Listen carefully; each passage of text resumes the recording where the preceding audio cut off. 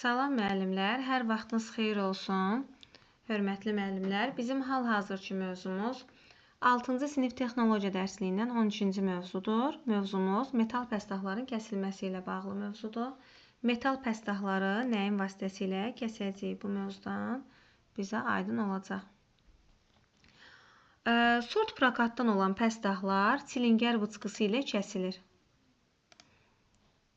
Deməli, sort prokatdan olan pəstahlar nə ilə kəsilir? Çilingər bıçqısı ilə. Sort prokat nədir? Biz 5-ci sinifdə prokat dəzgahı ilə tanış olmuşduq, düzdür?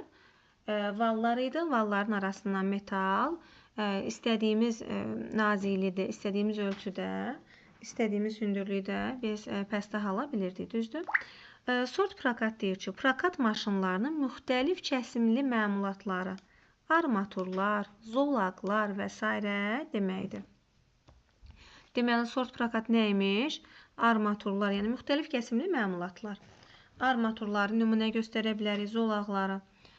Bunları biz nə ilə kəsə bilərik? Çilingər bıçqısı ilə. Bəs nədir çilingər bıçqısı? Gəlin baxaq. Bu şəkildə gördüyümüz çilingər bıçqısıdır. Bu çilingər bıçqısının əsas hissələri, bax, bu gördüyümüz çərçivədir. Çərçivə, bəli, 2 ilə işarə olunub. 4 bıçqıdır. 4 bıçqıdır, bir də dəstək. Bəli, bıçqı, dəstək, bir də ki, çərçivə. Bıçqının əsas detallarıdır. Əsas detalları. Bıçqı lövhəsi alət poladından hazırlanmış. Bəli, alət poladından hazırlanır. Burada diqqət eləyək. Uclarında 2 deşiyi olan, bəli, baxın, bıçqı buradadır. Bıçqı alət poladından hazırlanır. Uclarında, bax, uc hissələri bunlardır. Uclarında 2 deşiyi olan nazik zolaqdır. Bəli, nazikdir və zolaqdır. Nazik zolaqdır. Lövhənin bir və ya iki kənarında, bir tərəfə meyllənmiş dişlər kəsilmişdir. Baxın, bu dişlər hamısı bir tərəfə meyllənir. Bax, bu formada. Lövhənin bir və ya iki kənarında bir tərəfə meyllənmiş dişlər kəsilmişdir. Bıçqı lövhəsi çərçivəyə necə bərkidilir, müəllimlər? Bıçqı lövhəsi çərçivəyə ştiftlərlə. Ştift nədir? Gəlin ştifti öyrənməmişdən qabaq yadımıza salaq.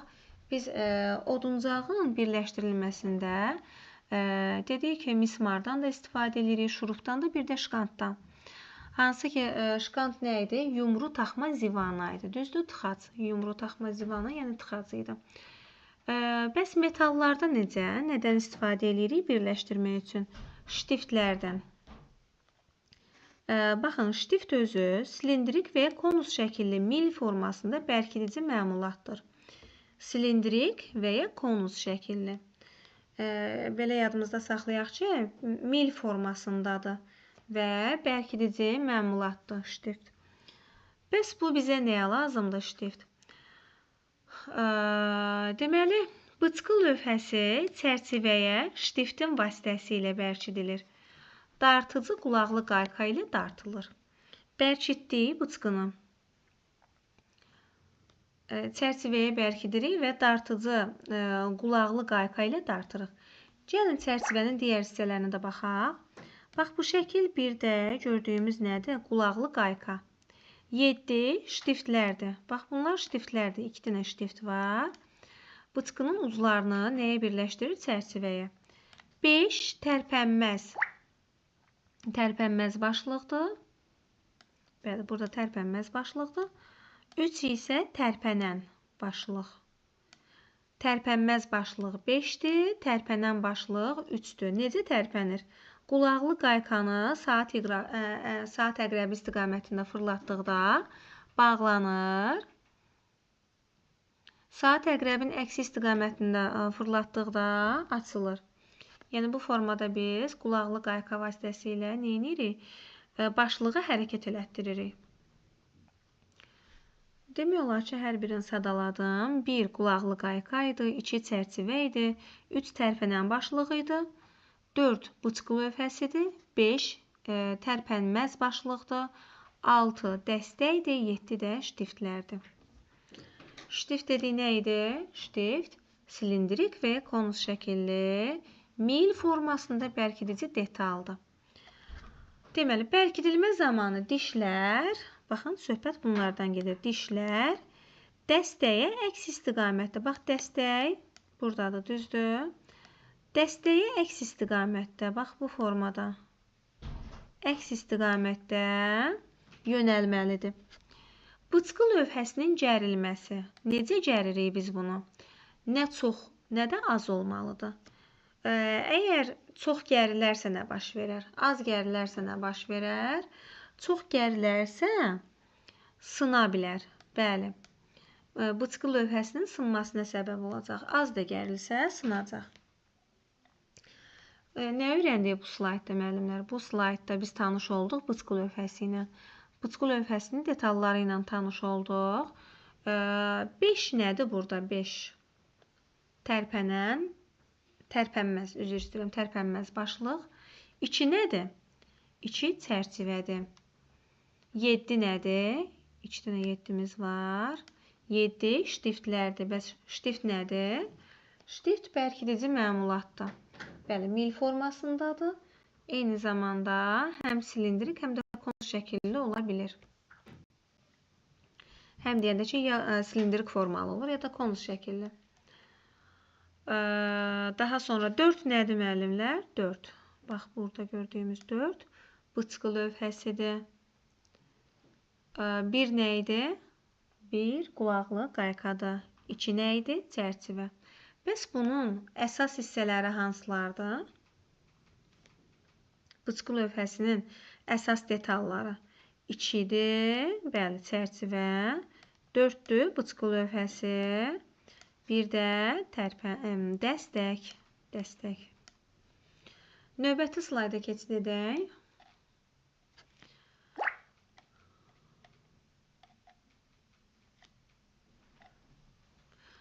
Pəstahı məncənədə möhkəm sıxır. Lövhənin sürüşməməsi üçün kəsim nöqtəsində yeyə ilə xırda mişar yeri açırlar. Bəli, baxın, bu pəstahdır. Pəstahı biz bərkidirik məncənədə. Möhkəm sıxırıq ki, tərpənməsin.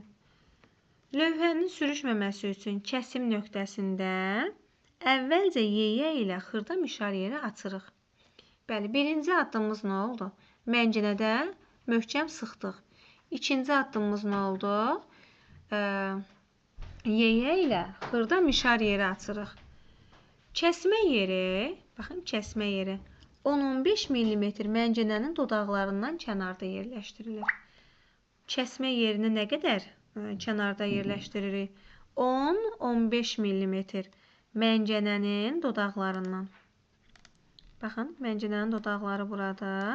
Məncənənin dodaqlarından 10-15 mm kənarda yerləşdiririk.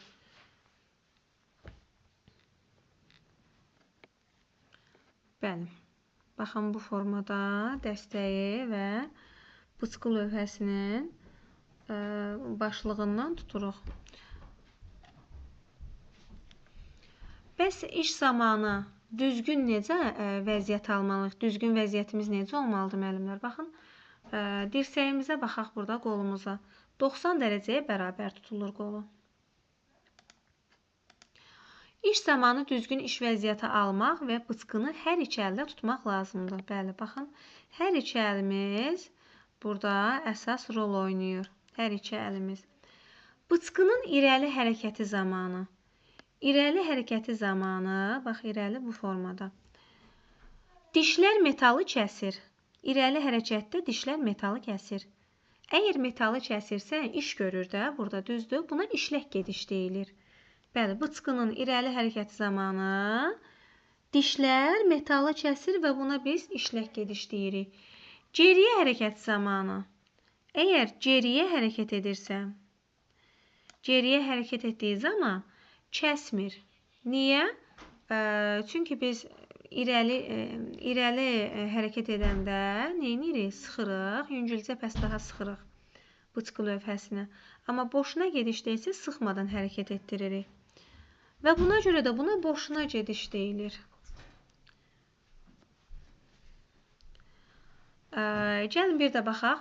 Bıçqını irəli aparanda hansı gediş alınır? İşlək gediş. Niyə? Çünki biz işlək gedişdə bıçqını pəstaha sıxırıq. Yüngül sıxırıq. Və buna işlək gediş dedik. Boşuna gediş nə idi? Boşuna gediş geriyə hərəkət zamanı sıxmadan, belə deyək də, pəstaha bıçqını sıxmadan hərəkət etdiririk. Bıçqını pəstahın üzərində elə hərəkət etdirmək lazımdır ki, kəsmədə bıçqı lövhəsi bütünlüklə iştirak etsin. Baxın, buradan bura kimi bütünlüklə iştirak eləməlidir. Bu zaman, belə deyək də, ancaq bu hissələri hərəkət etdirsək, bu dişlər yeyiləcək, buralar olduğu kimi qalacaq. Biz nə edirik? Bütünlüklə hərəkət etdiririk ki, bütünlüklə kəsirik və bütün dişlər eyni qədər yeyilmiş olacaq. Qamətimiz necə idi? 90 dərəcəyə bərabər olmalıdır. Qol dirsəyimizin bükülməsi 90 dərəcəyə bərabər olmalıdır. Metal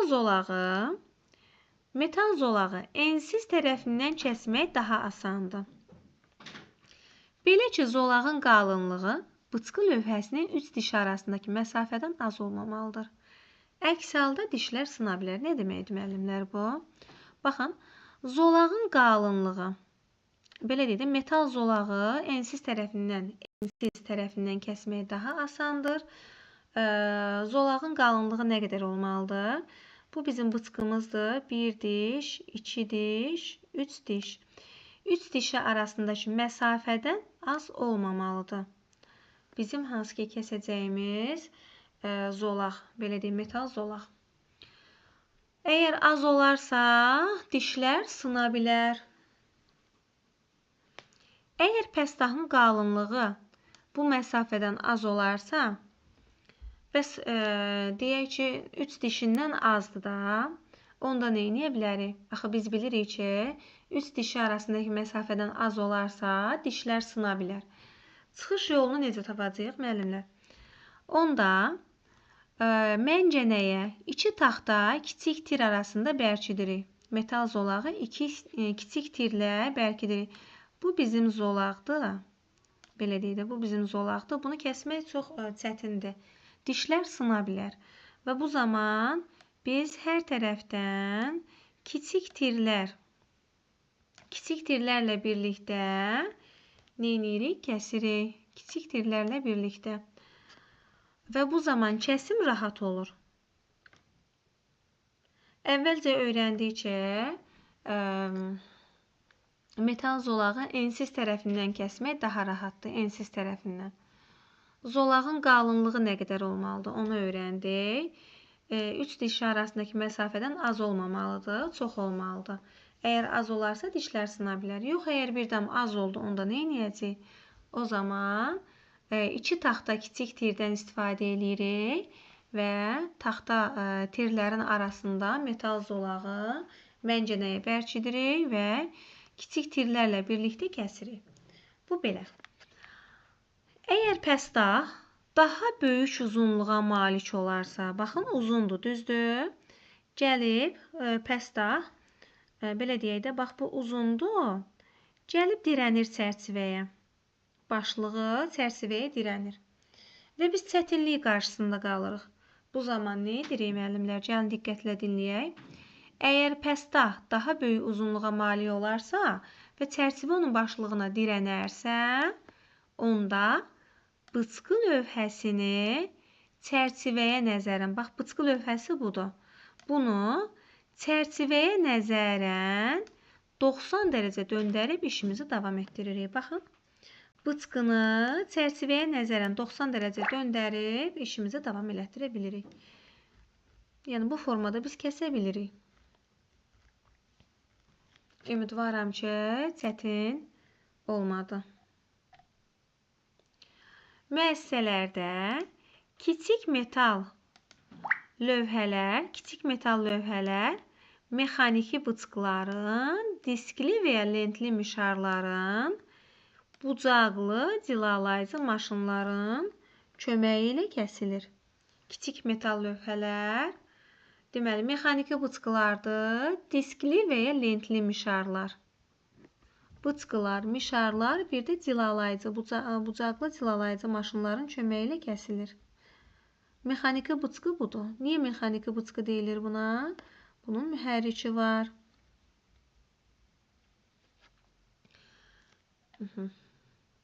Gəlin təhlükəsizlik qaydalarına fikir verək müəllimlər. Təhlükəsizlik qaydaları demək olar ki, biz oduncaqdan da bilirik ki, əgər məncənədə və yaxud da sıxacdan istifadə eləyiriksə, bu zaman pəstahı möhkəm bərkitməliyik. Səlis, dartınmadan işləyin. Bəli, dartınmadan işləyəndə biz yorulmuruq. İşləyərkən bıçqının dəstəyi saz olmalıdır. Saz olması necə ola bilər? Yəni, dişləri yeyilməməlidir. Və lövhə quyruq hissəyə yaxşı oturdulmalıdır. Bıçqı lövhəsi quyruq hissəsinə yaxşı oturdulmalıdır. Kəsməni sona yetirərkən bıçqını sıxmağa az güc sərf edin. Deməli, biz işimizi bitiririk, kəsmə işini bitiririk. Bu zaman az güc sərf etməliyik. Pəstahın kəsilən hissəsini,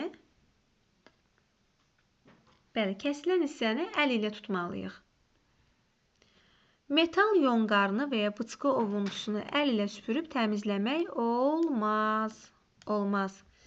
Niyə? Çünki metaldan söhbət gedir. Yonqarlar əlimizi zədələyə bilər. Bu zaman xüsusi əlcəkdən və ya metal fırçadan istifadə edirik. Deməli, bizim köməyimizə nə çatır? Əlcək və ya metal fırça. Belə müəllimlər, mövzumuz maraqlı mövzuydu. Mövzuda nədən bəhs olundu? Bıçqı lövhəsi, çilingər bıçqısı ilə tanış olduq. Hansı hissələrdən ibarətdir, hansı detallardan ibarətdir, onu öyrəndik. Əsas detalları hansı idi, onu öyrəndik. Necə bərkidilməlidir bıçqı lövhəsi çərçivəyə, onu öyrəndik. Daha sonra pəstahı necə yerləşdiririk, onu öyrəndik. Yerləşdirdikdən sonra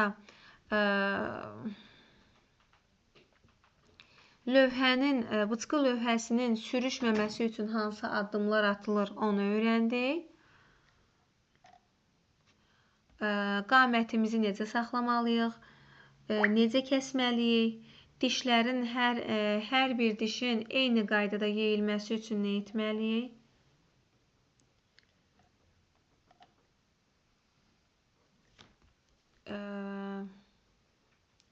Daha asan necə kəsə bilərik, onu öyrəndik.